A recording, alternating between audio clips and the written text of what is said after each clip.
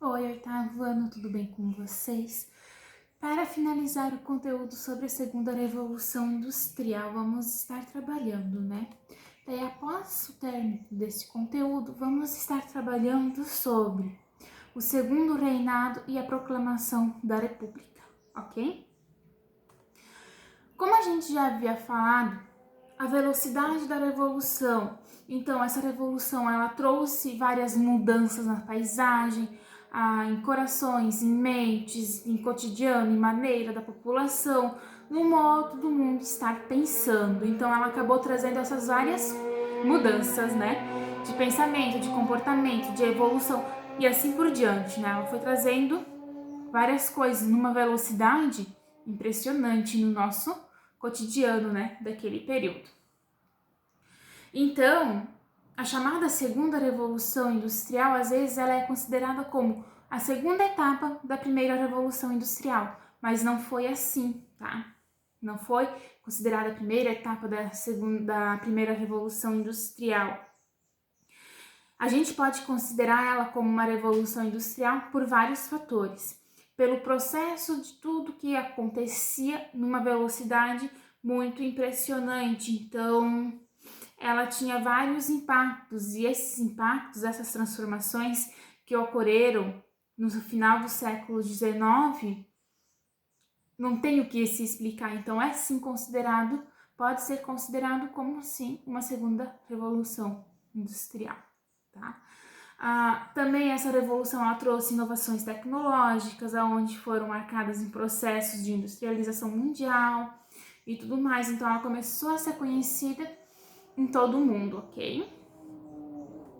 Ela também trouxe as maravilhas da tecnologia, a eletricidade, a química, a metalúrgica, entre outros fatores que eu já havia falado para vocês, né? Só que a invenção das lâmpadas incandescentes por Thomas Edison em 1879 promoveu profundas transformações, né? Nos sistemas de iluminações. Então as pessoas poderiam estar caminhando nas ruas com iluminações em suas casas. Isso já existia lá no finalzinho da primeira revolução, só que ela vem com uma intensidade maior na segunda, né? Também existiu o motor a combustão, há invenções de tintas de diversas cores que sofreu um grande impacto dentro das indústrias têxteis, tá? Também a inovação fotográfica, a fotografia de cinema. Então, essa descobertas científicas na área óptica e química também, ela contribuiu para uma nova forma de fotografia. Só que a primeira fotografia ela foi batida no ano de 1826 e ela demorou basicamente 8 horas para obtê-la a imagem. Já o francês Louis Daguerre, ele inventou em 1837 um processo um pouco mais veloz da imagem, aonde demorou cerca de 15 minutos para ser obtida a imagem. Então, e após isso começou a existir a forma instantânea, que é o que nós temos hoje, tá? Só que o Louis, após os 20 anos, começou a existir também as câmeras portáteis, tá? E Louis e Auguste Lumière também, eles formaram uma patente, né? Com as invenções do cinema, né? Cinematográfico, aonde eles criaram um aparelho capaz de filmar e em seguida projetar as imagens em movimentos em uma tela. Então, eles tiveram essa capacidade de estar realizando isso, né?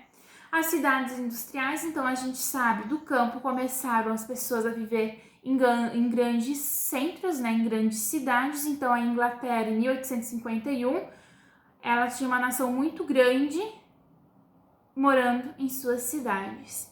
E também ela tinha sua extensa carga de trabalho, que seriam de 15 horas diárias, aonde as pessoas que viviam em moradias, elas viviam em umas moradias superlotadas e recebiam baixos salários, né?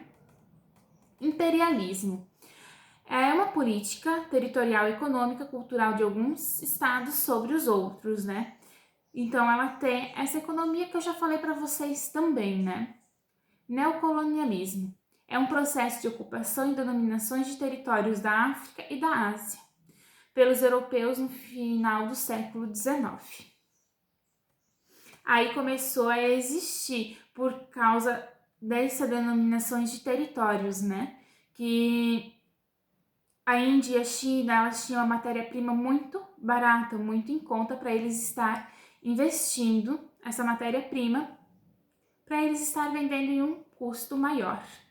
A Conferência de Berlim, ela tinha o Objetivo Internacional de Berlim de 1884 e 1885, reuniu as principais potências europeias da Europa, onde eles faziam a partilha da África com base em algumas regras de ocupações. Essas regras eram que cada país tinha que ocupar a África e fazer um povoamento, a exploração e a dominação desses povos, tá? Aonde o fato que a partilha da África foi a divisão das colônias africanas que ali existiam. Então, houve rebeliões, houve conflitos, os povos africanos tiveram que se adaptar com a cultura europeia e assim por diante. Então, eles começaram a dominar. Então, eles tinham a obrigação de ocupar o território africano e fazer ele um povoamento, né? De uma outra forma, tá bom, pessoal? Foi uma introdução geralzinha do livro de vocês, só para dar aquela conclusão do conteúdo. Na próxima aula, iniciaremos o conteúdo sobre o Segundo Reinado e a Proclamação da República. Um beijo, se cuidem. Tchau, tchau!